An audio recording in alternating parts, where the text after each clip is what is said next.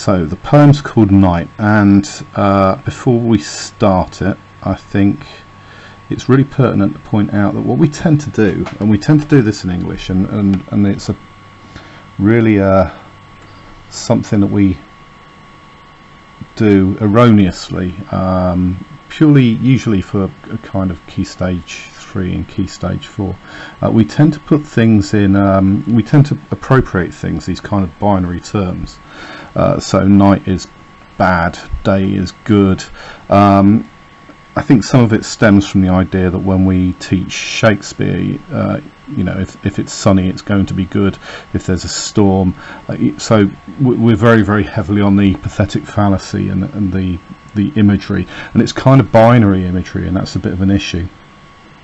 And this is something that I think is confronted within this poem, the idea of contrasting ideas. And I'm going to use the term contrary because I know that the exam board used it in a question once, a long time ago, before this spec, but they used the word contrary, and I think it's useful just to use some of those words that the exam board have used.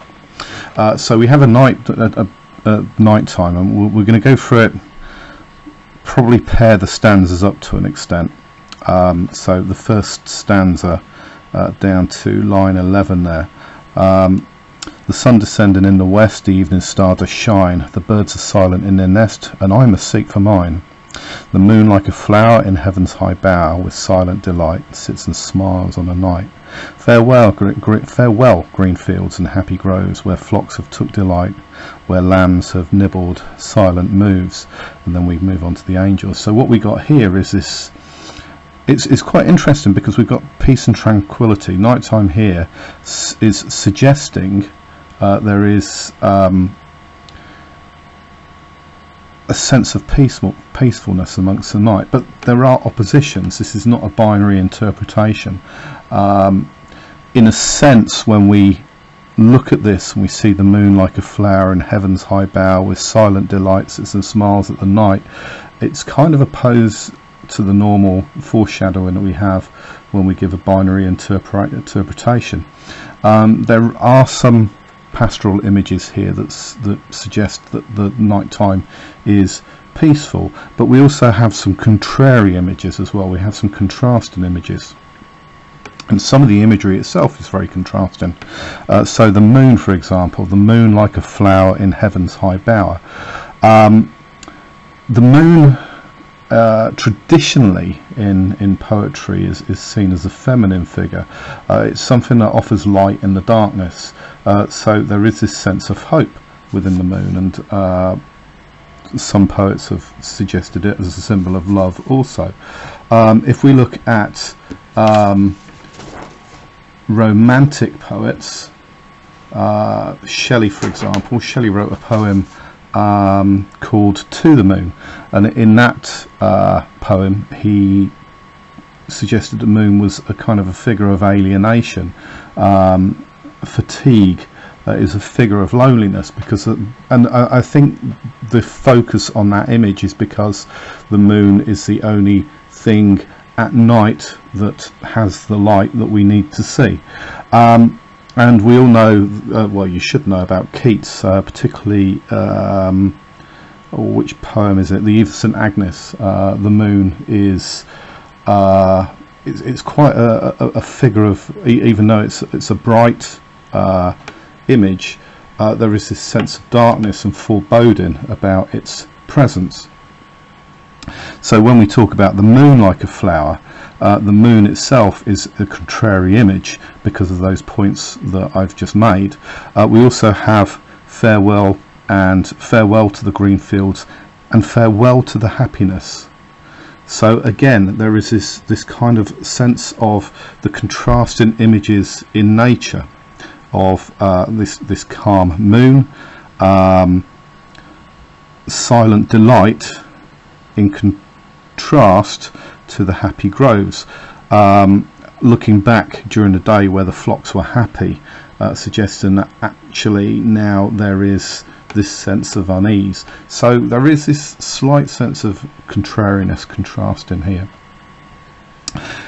from this point onwards, what we have are the angels looking down over the animals. The angels bright, unseen, they pour blessing of joy without ceasing on each bud and blossom and each sleeping bosom. What we have are animals that are angels, that are looking over the animals. Okay, they're offering a sense of protection, because that's the idea of the guardian angel. It's something that protects us. It looks over us. But it's quite interesting that actually, once we get to the 4th stanza here, what happens is that the angels weep because the animals are taken for prey. They're eaten by other animals. What they're able to do at that particular point is kind of take them to heaven and the world beyond, and that's what the final 2 stanzas look at. But actually, just think about this for the moment. The first reaction of the angels is to pity and weep for the animals. Now, they're not weeping for the desires and needs of the wolves and the tigers. And unfortunate as it is that these sheep are eaten, the needs of the wolves and the tigers cannot be ignored either. Each living creature kind of has its own destiny and its own pattern of behaviour. And what we see here is, if the angels are unsuccessful, then they take up a new role of accepting the animal into heaven after the creature is slain. And in a sense, I think these angels, what they're not trying to do is to turn creation away from its own nature. They may try to kind of like alleviate some of the more cruel characteristics of nature, but in the end, every creature must do what it has to do, because it's got its own particular individuality here. So nature itself is fraught with contrariness. We see the perfect pastoral. We see small innocent animals, without forgetting that actually small innocent animals are eaten by larger prey. And where do we sit in that?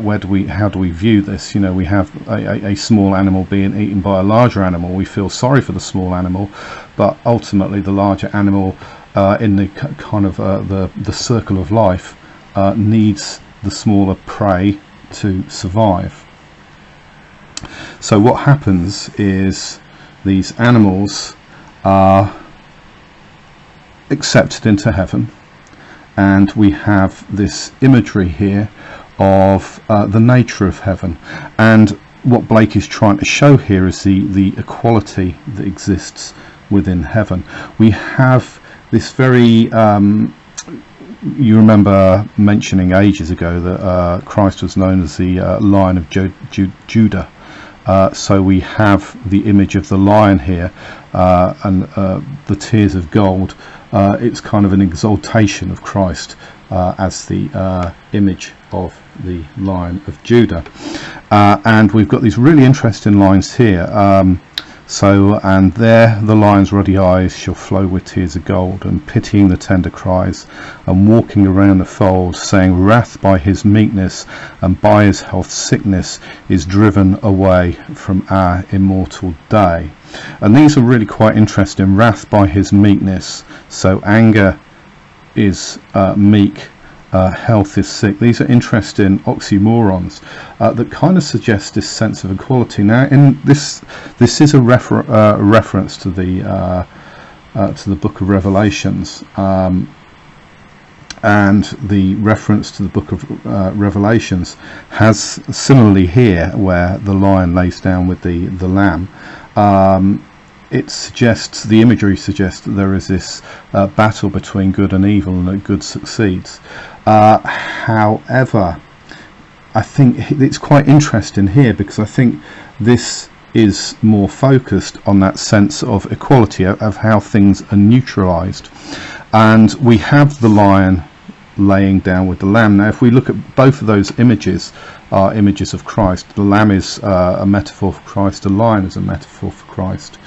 So what we have are these two contrasting, these two contrary images of Christ even. Something that is able to look over and protect in comparison to something that is kind of meek and sacrificial. And all of those contrasts and that contrariness suggests a sense of equality in heaven. So the thing is, what is the bigger picture? You know, what is this poem really focusing about? And we can see all of these contrary images, and I think all of these contrary images, if we look at the kind of the binary opposites of innocence and experience, suggest that there must be some kind of acceptance of experience within our innocent life, within the life of the innocent. We cannot have innocent and a world of innocence alone. We must have experience to balance it out. Experience here is the more unpleasant things in life, the things that we struggle to understand, the idea about animals eating their prey. And it suggests, I think, perhaps, that if we don't accept experience, what we see of innocence, particularly perhaps with the imagery of the angels, and the angels being unable to protect, is the fact that innocence really just equals vulnerability, and to have that kind of perfection in life, there needs to be the balance between innocence and experience. I think this is really well supported. Note the form of the poem. Throughout the stanzas, we have the A, B, A, B, then C, C, D, D, and we have the iambic, very regular iambic pattern here with the contrasting rhymes here, as opposed to the rhyming the anapests and the rhyming couplets here. So with each stanza, it's kind of da da da da da da da da da da da da